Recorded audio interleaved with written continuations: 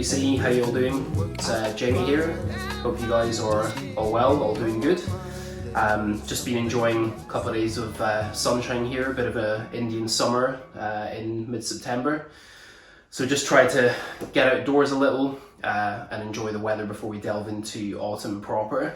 But yeah, I figured I'd jump on quickly. I've not been, haven't done a video for a couple of weeks now, but I thought I would share 9 or 10 records that I've been spending the last couple of weeks. Yeah, so let's start off with what's playing at the moment. This is the alto saxophonist Marion. He, I think, would have been 80 about a week, 10 days ago or so.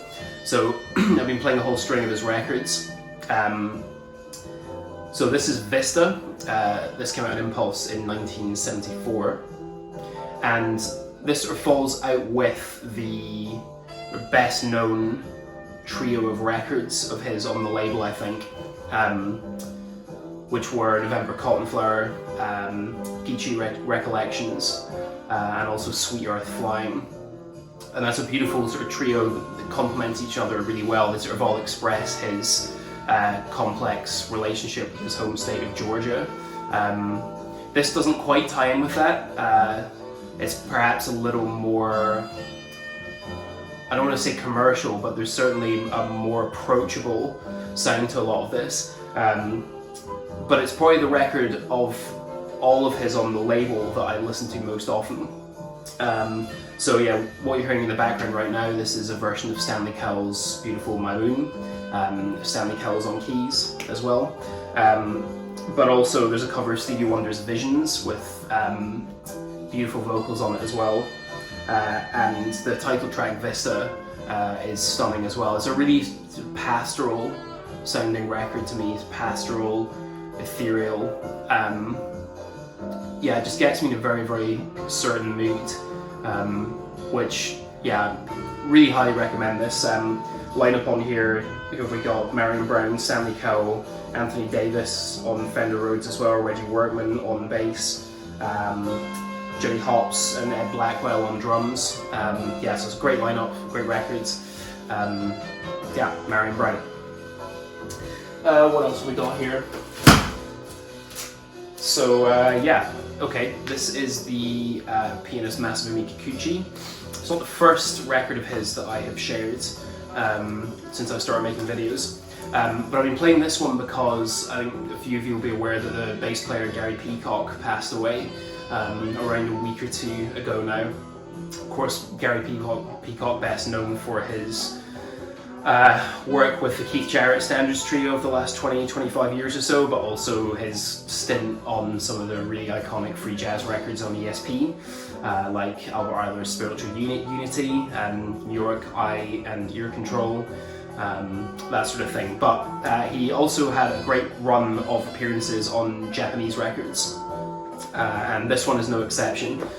So this was recorded in 1978, on the Flying Disc label, and it's quite unusual lineup actually. So you got Masafumi Kikuchi on piano, Gary Peacock on bass, the great, very underrated Al Foster on drums, and then 3 additional percussionists, Badal Roy on tabla, who of course appeared on many of Miles Davis's records in the mid-70s, as well as some of his own solo stuff. I had a kind of association with Dave Liebman a lot during that period. But then you've also got Aliro Lima, who plays a whole range of auxiliary percussion, and Azad and Weston as well on sort of congas, bells, cowbells, that sort of thing. And yeah, it's just really texturally interesting record. I mean, from the front of it, this looks like it's maybe a sort of easy listening fusion record, but of course when you look at the back and you realise, oh no, this guy's actually pretty serious here. Yeah, unsurprisingly, with this much percussion in the mix, it's quite heavily groove focused. There are times as well though where it drifts into slightly more abstract soundscapes. But yeah, Circle Dance, great piece by Masafumi Kikuchi, and also Peacock's got a couple of compositions on here, of which Pumu number 1 is the one that I would suggest you check out. Yeah, it's got a killer groove to it. Yeah, so great Masafumi Kikuchi records, and one for the great Gary Peacock, who passed away as well. What else do we have here? Okay, yeah.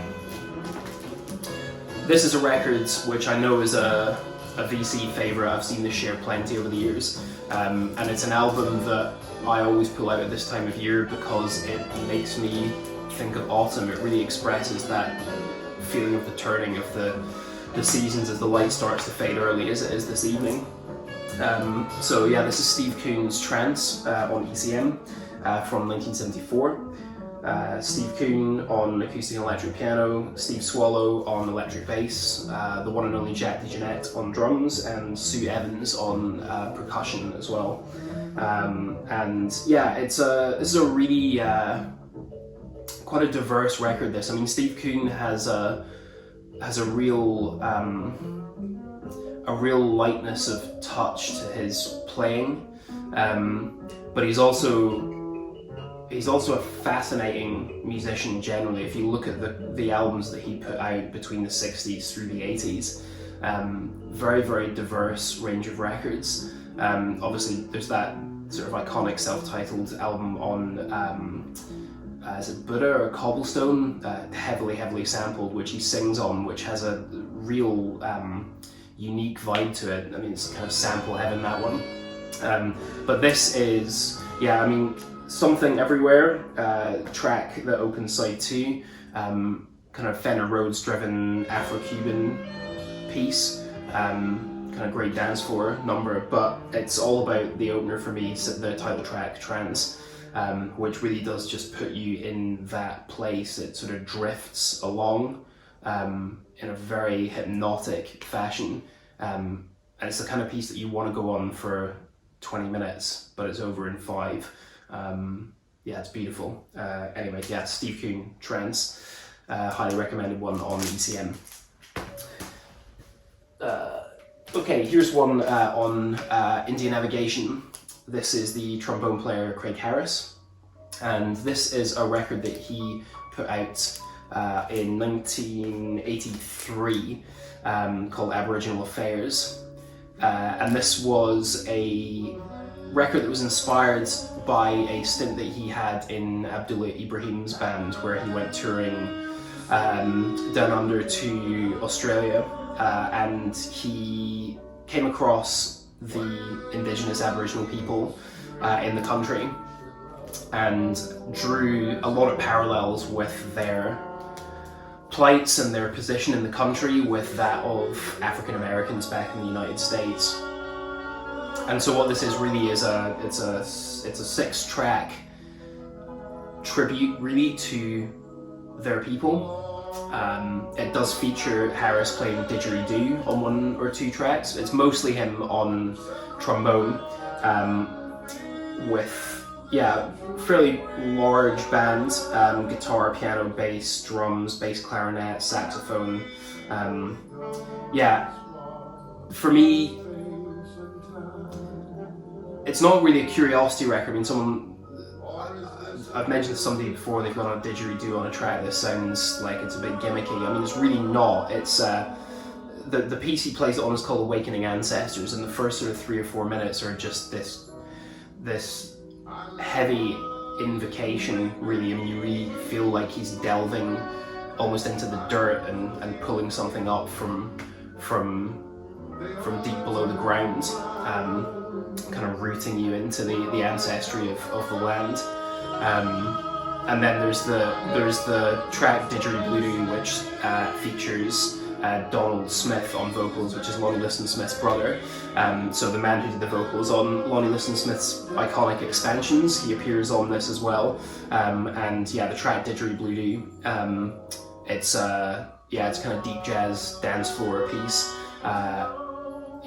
It's got a killer groove on it, and it's just that mixture of,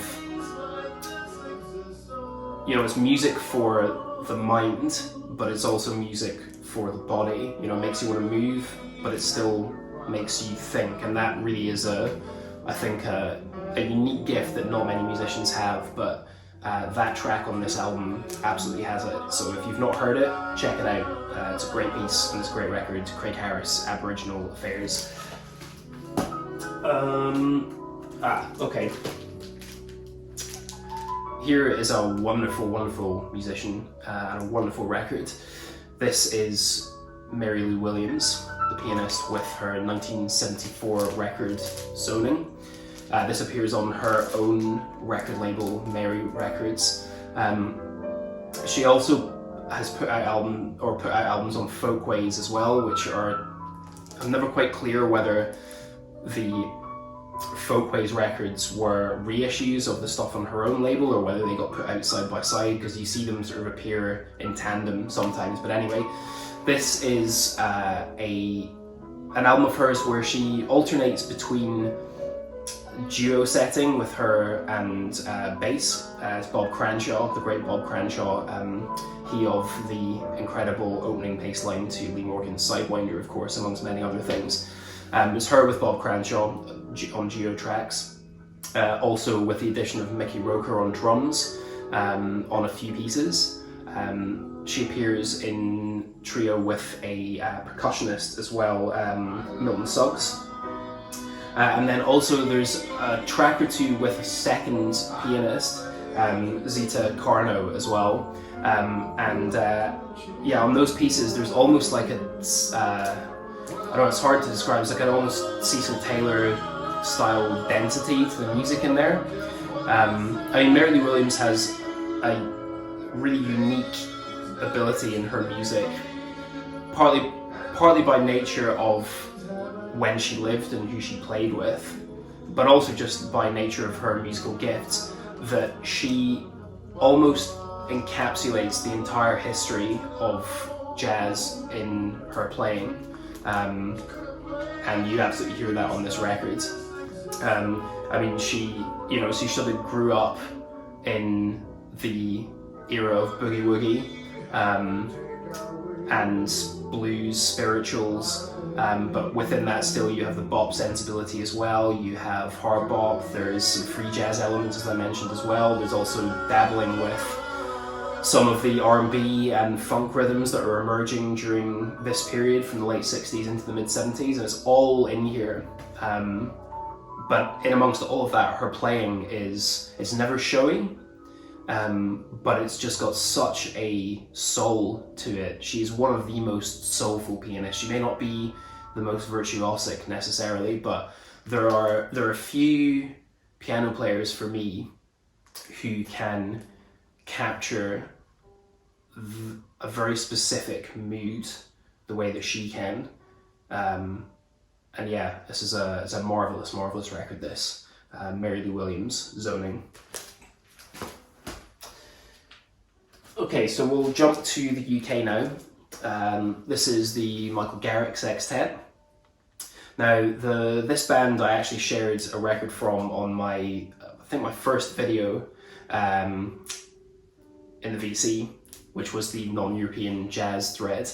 That is the Heart is a Lotus on Argo. This is the final record by the same group, effectively, and this is called Troppo, and that came out 4 years later, I think. This was 1974, yeah, so 4 years later. So it's Michael Garrick, Norma Winston on vocals again. Also Don Rendell appears on a couple of tracks from the Ian Carr Don Rendell quintet, amongst many other things. Trevor Tompkins on drums from the same group too, and Dave Green on bass. And also Art Thiemann on flute and soprano and tenor, and Henry Lowther on trumpet and flugelhorn and violin as well. This, for a long time I thought that The Heart is a Lotus was the best record from this group, by quite some distance. I've revised my opinion on that a little. Revisiting this again recently, there's a maturity about the compositions here, an assurance about the compositions here. They just feel a little more in a groove, but also a little more, there's a confidence, I guess, about the playing and a comfort with one another as musicians that you can hear coming through on the records. I mean, Garrix compositions, I think I said in a video about him before, he's one of the most unique composers of his era, for me. And he regularly will compose pieces that are in quite complex time signatures. I mean, there's stuff on here that's in like 13/8 and 13/4, which are, you know, not conventional jazz time signatures at all. And with that, you would often assume, particularly in the realm of the fusion period, that these are vehicles for virtuosic showmanship, or, you know, when I always think of complex time signatures, I think of Mahavishnu, or in another direction, a band like Rush. On Michael Garrix compositions, where they're in these kind of veins, the time signatures are there purely to accommodate the kind of lyrical, melodic lines that he is spinning out. And yeah, it's a beautiful record. I'm struggling a little to describe it fully here because yeah, there's a lot in here. There's classical influences, there's the jazz sensibility again, of course. There's, as with Heart as a Lotus, a real Eastern fascination. I mean, the piece Lime Blossom, which closes side one, which has Norma Winston singing the vocals that a vocal line that she wrote specifically for this piece, is, I mean, it doesn't sound like anything else. I guess that's why I'm struggling to describe it here properly. It's something that you really need to go check out. Yeah, I mean, Lime Blossom and the title track Troppo, both of them have that mixing of a whole complex range of genres with really unusual time signatures, but in a way that feels completely and utterly natural. It's a joy to listen to be honest. So yeah, I would recommend you check this out. I'm pretty sure it's all on YouTube, and if it's not, I'll upload some stuff so people can hear it. Yeah, Michael Garrix, Troppo. Okay, here's something a little different from that. This is a great duo record, this one. I saw James Butter day before yesterday, had shared he had picked up the Steeplechase Spiritual Jazz compilation record on one of his videos, and it prompted me to dig this out again. So this is Jackie McLean in duet with the drummer Michael Carvin, and this record is Antiquity. So this was 1974 on Steeplechase. And yeah, this really is it's a duo record with a lot of interesting textures here. It's not just saxophone and drums in the way that you may think of some of those other famous duo records between musicians for whom those are their main instruments, like, you know, Frank Lowe, Rashida Lee, or of course John Coltrane, Rashida Lee, to mention a couple. Here there are so many auxiliary instruments. I mean, Jackie McLean alone plays alongside alto sax and flute, blocks, bells, bamboo flute, kalimba, piano, and a bunch of auxiliary percussion. The piece Antiquity on the first side is like 17 minutes long, and it's this amazingly atmospheric evocation of the journey of black slaves from Africa to the shores of the US. And it incorporates all sorts of textures. I mean, it's really soundscape. It's not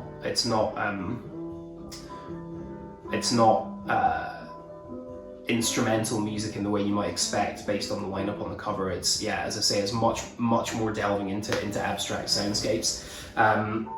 And then on the second side, there's there's an amazing heavy duet of just drums and sax and voice, which is D I Komalea, which I'm pretty sure Kieran Hebden of Fortet has made infamous now because he dropped it at a DJ set at some point.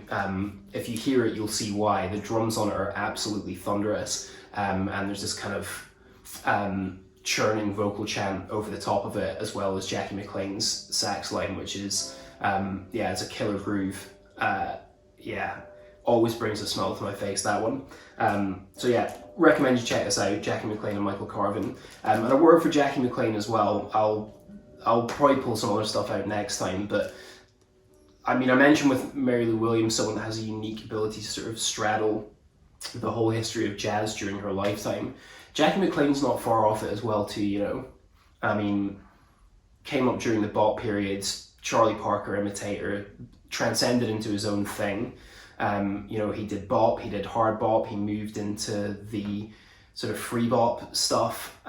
Those records he put out on Blue Note with Gracia Moncoeur and Bobby Hutcherson are just some of my favourite albums of all time. And then he moved into the kind of deep free jazz stuff. Played with a lot of Ornette Coleman's musicians in the late 60s and 70s. So yeah, I don't think there's enough said about him as a musician, really. He's yeah, he's a great saxophonist who I think, yeah, is worthy of more attention. Okay, jump into the 80s. Here's a wonderful live record from George Adams and Hannibal and Marvin Peterson. This is recorded on the German Enya label in 1984, and this was a gig which was recorded in Berlin, I think. Was it Berlin? Pretty sure it was. It was Zurich, actually, in 1984. So yeah, features George Adams, who of course cut his teeth for a long time with Charles Mingus in Mingus's great mid-70s group, and also with Don Pullen as well. Don Pullen doesn't appear on here. Instead, you have actually John Schofield on guitar, which is a little bit of probably a bit of a curveball, actually. He's not. I remember when I first read he was on here on the lineup when I first got hold of this. I was really surprised. Not a musician I really expected to appear on a record like this. But yeah, it's not. You know, this isn't a must-own or a sort of oh my god, incredible record, but it's just it's really solid, euphoric live music of the period. Yeah, and anything with Hannibal, Marvin Peterson is worth picking up. He's just, yeah, he's got the most explosive tone on the trumpet. I mean, I don't think I've ever heard, I can't even imagine what it was like to hear live. You even hear it on record, it's just that there's such a pure intensity to his sound. Yeah, it's fantastic. So yeah, I mean, George Adams, great blues singer as well. Not just amazing hollering sort of saxophonist, but he's got a great blues voice as well. He sings on the final song on the record, "I Could Really Go For You." But the standout for me by a mile is Hannibal's piece "Melanie." Yeah, just kind of joyous deep jazz track, which really soars. Yeah, takes it to a whole other level. So go check that out. It's a beautiful piece on an otherwise solid album. Yeah, another live 80s record. One and only Billy Bang, violinist. This is the album Live at Carlos, Volume 1. I don't actually think there was a Volume 2, or at least I've not come across it yet if there is. But yeah, this is recorded on Soul Note, released in 1987. And this was, recorded in New York City. Oh, I've just realized the venue is called Carlos 1, so it's not Volume 1, the venue is called Carlos 1. Okay, that's why there's not a Volume 2. That makes more sense. So yeah, on here, Billy Bang on violin, Great Roy Campbell on trumpet, who I really don't own enough music by. He kind of falls into that period where most of the stuff came out on CD, and it's just sort of passed me by until I got a CD player more recently, so I'll need to pick up on more of his stuff. William Parker, Titanic William Parker on bass, who really holds everything together on what is a really pretty, I mean, it's not an out there set, but it's pretty freewheeling. The musicians are really spinning out in all directions, and he is that kind of robust core at the middle of it that keeps things driving forward. The sort of secret ingredient on this album for me actually is Thurman Barker on marimba, which gives the tone of the record something completely different. Rainbow Gladiator on side B, sort of 5.5 minutes, beautiful piece, very meditative, I would say. It's sort of glides forwards in a really reflective way, if that makes sense. But the one track from this by a mile is the piece Abuela, which is this Afro-Cuban piece, which, if it doesn't get you out of your seat and dancing within 2-3 minutes, you need to check your heart's still functioning, because the groove on it is serious. It's one of the most danceable pieces of jazz I think in my entire collection. Every single time I hear it, it makes me want to stand up and dance. So yeah, the great Billy Bang live at Carlos. I'm going to speak more about Billy Bang in another video, because he's an amazing backstory as well. Okay, here's one that feels very, very timely this year. This is the one and only Joe Henderson, who for me is one of my favorite saxophonists of all time. I think his run on this label, Milestone, is as good as any musician's run on any record label in jazz. I don't think there's a dud, not even close. I think the quality of the musicianship on it is outstanding, and I think the reverberations of what he was doing on these Milestone records you hear so deeply in the jazz of today.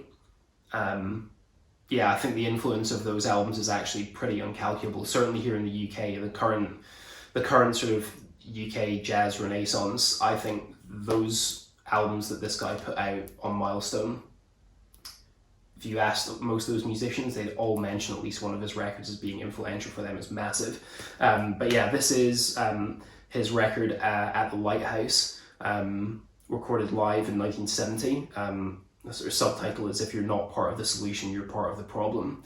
I don't think I need to say any more about the meaning or significance of that title, both in the context of now and the context of when it was recorded. But in terms of the music, great band on here. The one and only Woody Shaw on trumpet, such a prodigious player. Born in the wrong decade for me. If he'd been around 10 years earlier, he'd have been the greatest trumpet player of all time. And I think he arrived too late, and a lot of people weren't listening at the time.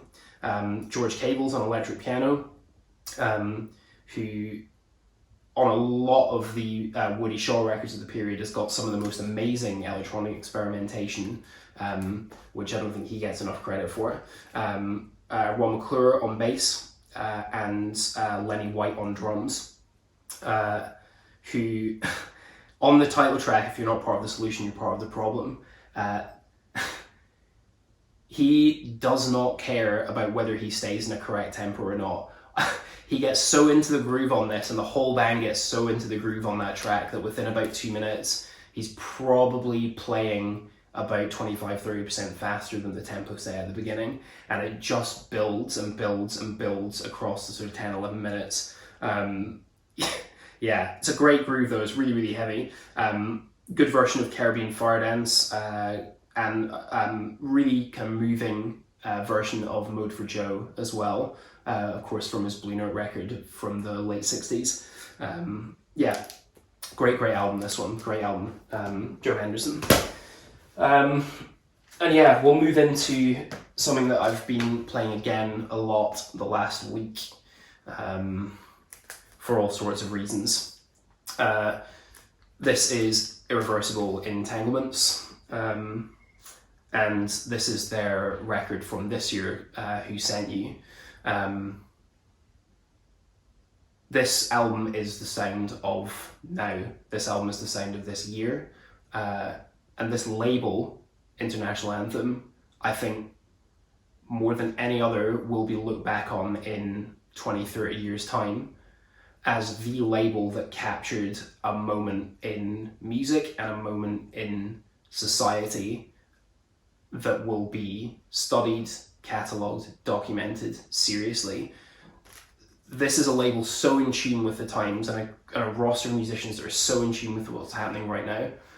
It will be regarded in the way that ESP was for cataloguing a movement, or Strata East was for capturing a movement, or Tribe or Black Jazz. They really are as significant as that, in my opinion. So yeah, Irreversible Entanglements. This is the spiritual ancestor to the likes of the New York Art Quartet, or any of the New York loft scene from the late 60s and early 70s. This sort of merging of freewheeling, fiery, free jazz, both aggressive and in your face, but also considered, reflective. And then to really cap it all off, you have the great Moor Mother contributing her poetry on top of this, which just sends it to a whole other level. I mean, this album is as heavy as it gets. It's not an easy listen. It shouldn't be an easy listen in a lot of ways. But if you want to hear the sound of now expressed as purely and honestly and viscerally as anyone has, this is the album you need to hear. I'm not going to say any more than that. You just need to go and listen to it if you don't know it. It's extraordinary. Irreversible Entanglements, who sent you? So yeah, that'll about do it for this week. If you've stuck with me this long, I think it's a fairly long one, although I'm not sure quite how long I've gone on for. Thank you for watching. I hope there's been some interesting stuff there for you that you maybe don't know, or some stuff that you haven't listened to for a while that's going to inspire you to dig out and listen to. Thanks for new subscribers. I really appreciate it, and thank you for all the comments as well. I've not been getting all of them immediately. I noticed a couple of days ago when I logged on, there was a backlog that I didn't have any notifications for, so I will reply to all of you if I haven't by the time you've seen this. Yeah, so until then, until the next video, whatever that might be, hopefully sooner rather than later, yeah, take care of yourselves. It's a crazy world out there at the moment, so yeah, stick together, stay strong, and yeah, I'll catch you soon. Cheers.